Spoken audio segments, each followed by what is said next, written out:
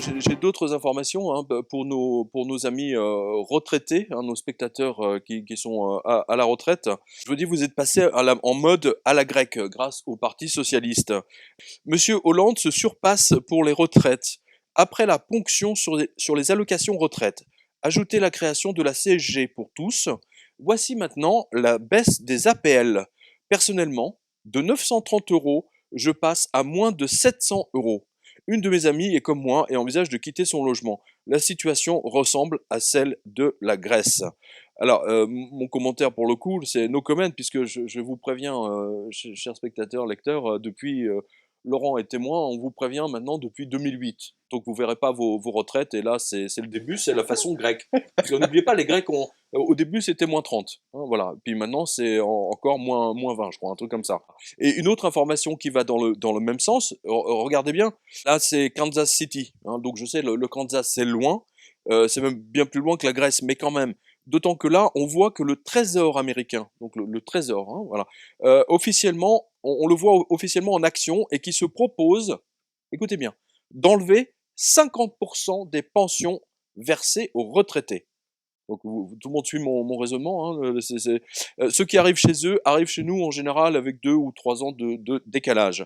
Donc ce que je veux dire par là, donc à tous nos spectateurs qui sont à la retraite, préparez-vous à une baisse de vos retraites, tout simplement. The Central State Pension Fund a proposé des baisses de 50% ou plus à beaucoup de retraités. C'est la première proposition pour utiliser une loi controversée de 2014, donc une loi américaine, etc. etc. Nous, ça fait 8 ans qu'on vous avertit de ce qui va immanquablement, inévitablement se passer. Vos retraites divisées par 2 pour sauver tel ou tel fonds de pension qui s'est fait rincer à Wall Street le 29 septembre 2008.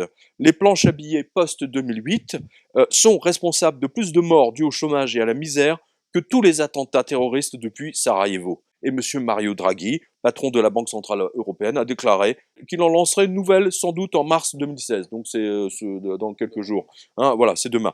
Ce qui veut dire encore plus de chômage en France, Belgique, Suisse, Espagne, etc., au seul profit des banques en faillite. Vous devez le comprendre. Si vous êtes viré aujourd'hui, c'est parce que les banques centrales font de la monnaie de singe depuis 2008. On ne le dira jamais assez. C'est purement scandaleux. Je rajouterais, Pierre, c'est pas uniquement si vous êtes viré, c'est-à-dire que s'il y a les aides sociales, s'il y a le tissu social qui se désagrège, s'il y a tout ce pourquoi nos ancêtres se sont battus pour avoir tous les droits que nous avons à l'heure actuelle, si tout est en train de se casser la figure, c'est pas la faute des émigrés, c'est pas la faute, non, c'est tout ça, c'est les banques accompagnées bien entendu des gouvernements et assistées dans la propagande par les masses médias.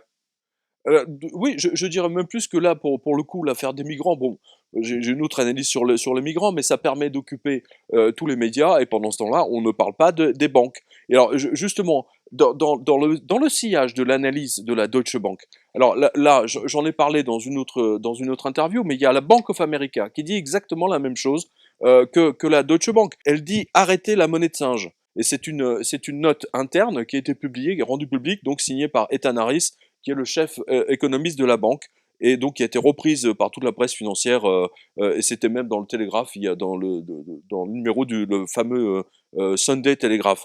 Et donc la Bank of America dit que depuis 2008, écoutez bien, non mais la planche à billets, puisqu'on en parle, 666, etc., toutes les banques ont émise pour 12,3 trilliards, c'est-à-dire 12 000 milliards de monnaie de singe, de dollars, hein, en valeur, d'actions, d'obligations et bons du trésor qui ont été achetés par les banques centrales depuis 8 ans. C'est purement scandaleux. Et imaginez que dans le tas, puisqu'on est dans les taux négatifs, hein, on l'a vu, eh bien 8,3 trilliards, c'est-à-dire 8 000 milliards de dollars de dette d'État, donc de dette souveraine, rapportent 0% ou moins.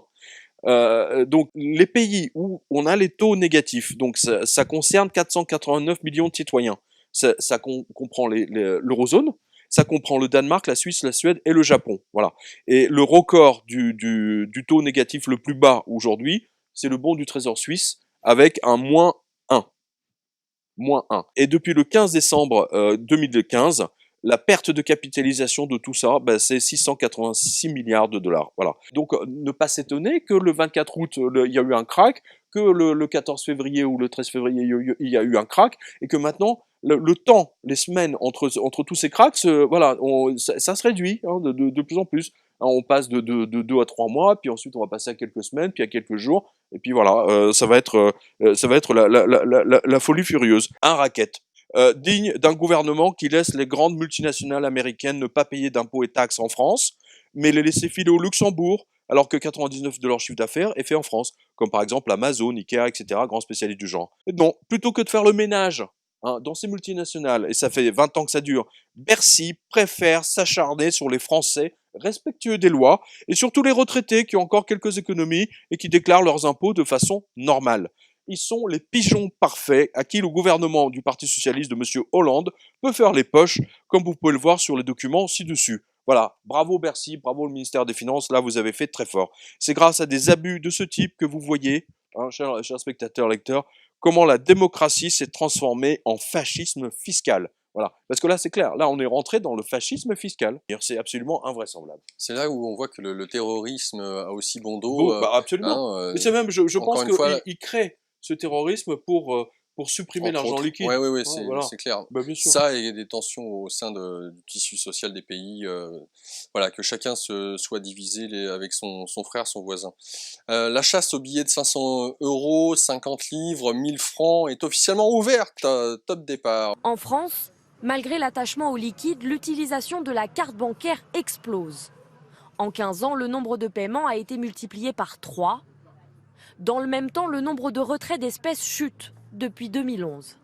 Si les paiements par carte bancaire augmentent chaque année, globalement les Français se méfient de l'argent virtuel. Le porte-monnaie électronique Monéo, un échec, abandonné l'année dernière. Le sans contact, il peine à décoller.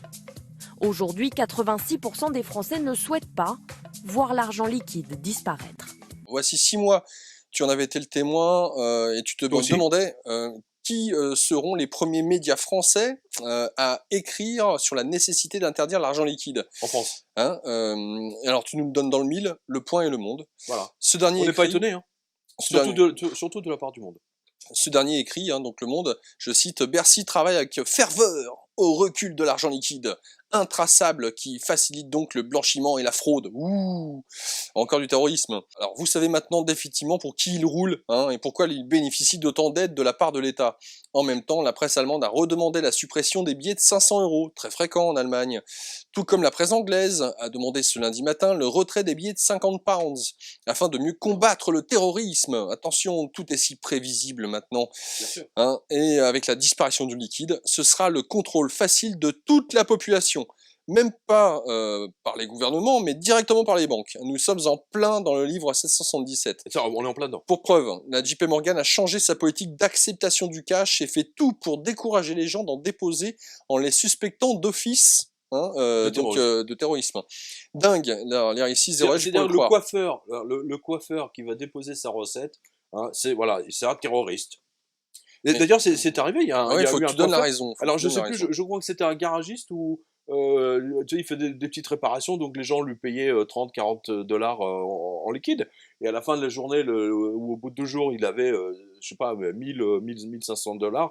Il est déposé à la banque. Le FBI débarque chez lui et tout. La totale, quoi, pour terrorisme. Non, mais voilà, on en est là. Et on voit qui sont les grands profiteurs de ça. C'est Visa et Mastercard et American Express. Oui, c'est ce que oui, parce que après par carte de crédit. Et alors post-scriptum, donc en France, la Caisse d'épargne a effectué un double prélèvement de tous ses clients. Oui. Hein, pour le croire, c'est en cliquant sur le lien. Avant, c'était en fin de mois, maintenant, c'est en milieu de mois. Hein, c'est autant dire ça, c'est très révélateur. Chaud bouillant. Alors là encore, un autre article qui va dans la même veine. Exactement. Écoutez bien, parce que c'est après la suppression du billet de 500 euros, la suppression du billet de 1000 francs suisses, ils veulent tout supprimer. Maintenant, on aura bientôt que des billets de 10 ou de 20.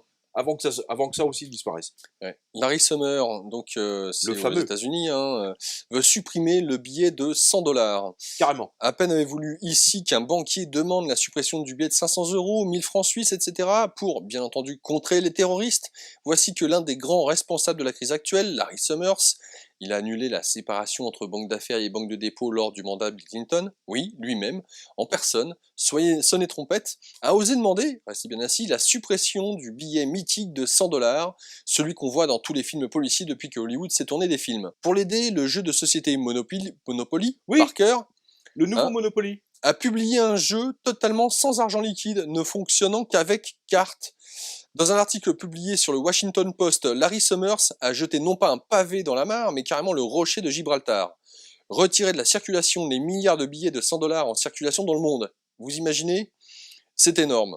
Et donc, l'article est long, donc on va pas... voilà, vous le retrouverez continuer, sur quotidien.com, mais là, ça se précise c'est d'autant plus. absolument éloquent, parce que je me suis posé la question quand j'avais écrit le premier sur la suppression des billets de 500 euros pardon, et de 1000 francs suisses. Je me suis dit, tiens, comment se fait-il qu'ils vont laisser le 100 $, quoi? Bah, une semaine plus tard, en grosso modo, c'était 7 ou 10 jours plus tard, boum, Larry Summers arrive avec le truc.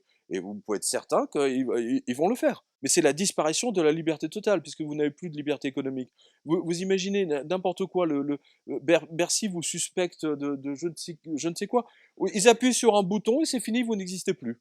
Vous êtes marqué par le nombre de la bête, hein, le nombre de votre banque, et vous êtes mis à mort socialement. C'est ce qu'avait écrit Saint-Jean, hein, très, très précisément. Et ben voilà, on y est, on est en plein dedans. Ton analyse, mon cher Laurent, depuis tout ce temps. Parce qu'on aurait beaucoup de mal à imaginer, nous, à l'époque, en 2008 et 2009, qu'ils viendraient demander la suppression du billet de 100.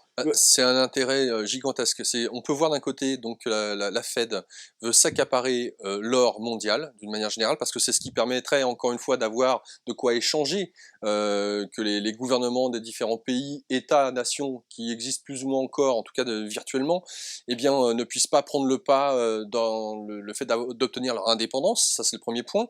Le deuxième point, on voit que l'argent liquide permet encore que les banques puissent couler les unes les autres, alors que s'il y a quelques monopoles, quels qu'ils soient, de l'argent virtuel, dans ce cas-là, c'est génial. On appuie sur un bouton, une ligne de compte, on crée, on manipule, on fait ce qu'on veut avec de l'argent qui n'existe pas, et c'est encore une fois Tout à fait. le monopole qu'auraient les Américains, ou en tout cas les multinationales qui se trouvent derrière, notamment les banques.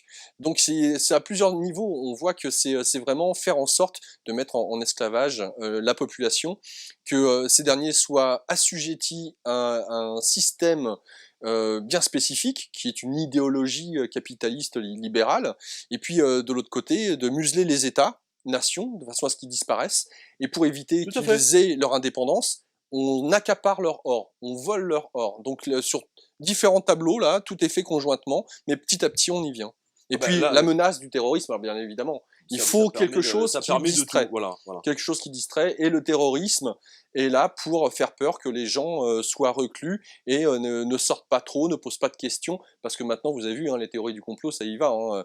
Donc ne réfléchissez pas. L'État français a mis en place un site contre les complotistes. Très fort. Alors, l'une des autres étapes, puisque finalement, cette revue de presse vous permet de réfléchir, puisqu'on est là pour aussi vous montrer comment on raccorde les wagons, hein, à travers cette revue de presse internationale, c'est que le dernier bastion qui permet aux gens de réfléchir se trouve être sur Internet. Et bien entendu, vous avez entendu le gouvernement, avec tout ce qui se passe à l'heure actuelle, c'est bien ça, c'est contrôler Internet. C'est le dernier espace de liberté. D'ailleurs, une loi est passée, me semble-t-il, qui permet au ministère de l'Intérieur d'arrêter un site quand il le veut, sous prétexte de terrorisme ou quel que soit le... Autre, de faire de la diffamation. Voilà, c'est pour ça, je pense que je vais prendre des mesures prophylactiques, justement, chers spectateurs. Je vous tiendrai au courant sur cette... parce que là, je trouve que ça commence à puer grave en France, hein, surtout avec tout ce qui se passe et la manière dont ils veulent m'effacer, entre guillemets. Hein, voilà. Donc là, vous avez eu toutes les nouvelles concernant la planche à billets, monnaie de singe, quantitative easing, soupline et tutti quanti. Voilà, et ça vous montre à quel point les médias nous mentent. Voilà, BFM-VC, bande d'enfoirés. Hein, vous ne parlez jamais de ces sujets qui sont quand même les plus graves et qui vont ruiner les retraités français. Hein, voilà, on l'a vu tout à l'heure avec les informations concernant les retraités, et bien entendu les livrets A, hein, parce que c'est pas fini. Avec les taux négatifs, le livret A va descendre à 0. Hein, c'est clair, vous n'aurez rien, et le gouvernement sera même sans doute obligé lui-même à imposer le taux négatif. Donc ça serait drôle de voir les livrets A. Hein, mettez votre argent, épargnez votre argent avec un moins de 2%. C'est fabuleux. Mais on va vers ça. On va vers ça. Tout à fait extraordinaire.